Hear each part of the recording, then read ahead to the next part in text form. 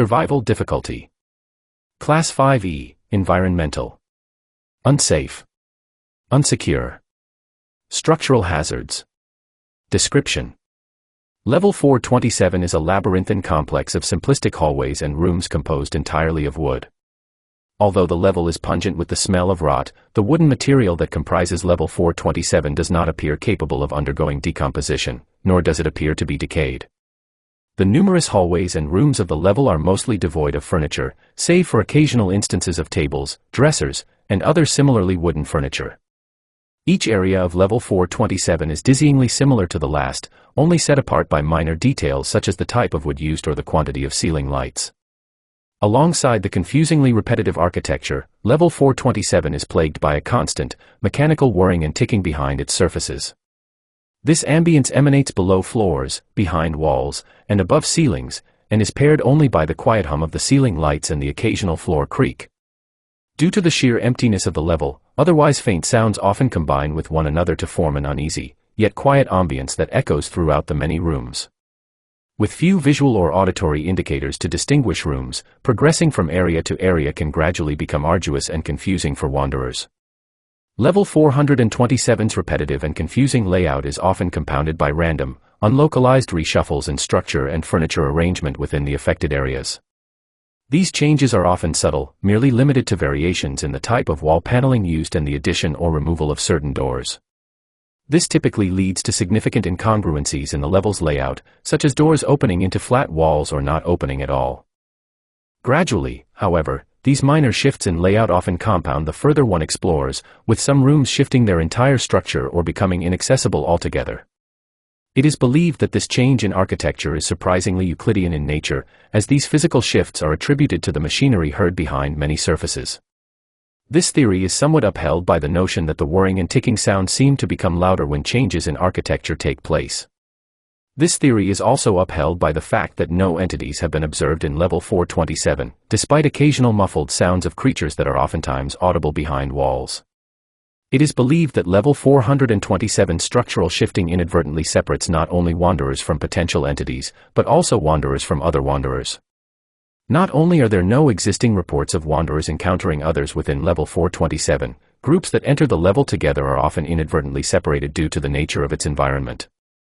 Once individuals are apart, it appears to be impossible for them to rejoin with one another, as explored routes often shift and diverge from one another. Whilst a rare occurrence, having only been found hours into previous explorations, there have been reports of wooden vents, grates, and holes in the lower portions of certain walls. They typically appear in corners that are difficult to spot, though appear to form in more obvious places the longer wanderers travel. These abnormalities lack any sort of light behind them, obscuring what is on the other side. However, it is possible to climb inside a select few of these vents or holes if wanderers encounter one large enough. Behind these holes are vast, narrow mazes of support beams, moist and leathery clumps of insulation, and a vast amount of small, slackened wires. This change in environment is complemented not only by an increase in the frequency and pitch of the mechanical whirring and ticking, but also by an increasingly rancid smell of humid decay, nearly deterring one from entering the back portions of the level. However, as the normal portions of level 427 lack escape options, many wanderers turn to the vents for an attempt to find freedom.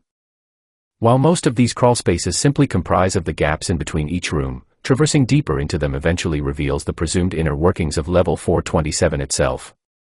In these sections, the previously muffled mechanical whirring is replaced by a much louder and more obtrusive ticking sound, originating from a deep network of rotating, wooden gears. Many of these gears disappear into even deeper, darker crevices of the level. Each gear steadily rotates in tandem with the others in its transmission, creating a hazardous environment as they often catch clothing or fingers in their sturdy wooden teeth. Nothing further has been found past the networks of gears, one save for occasional chunks of organic viscera scattered between the teeth of faraway gears. It is unknown where these distinctly come from, due to an inability to find other individuals even inside these back portions. However, these chunks typically disappear when brought within deeper crevices. Once within these extremely deep portions of level 427, it is almost impossible to leave the intricate underbelly of wooden gears and cogs, making it almost inevitable that one will catch the ends of clothing, tips of fingers, or strands of hair in their many teeth, a potentiality exemplified by the fact that wanderers have to bend, vault, and creep between gear trains. It is unknown what amount of people who enter these recesses come out alive or unscathed.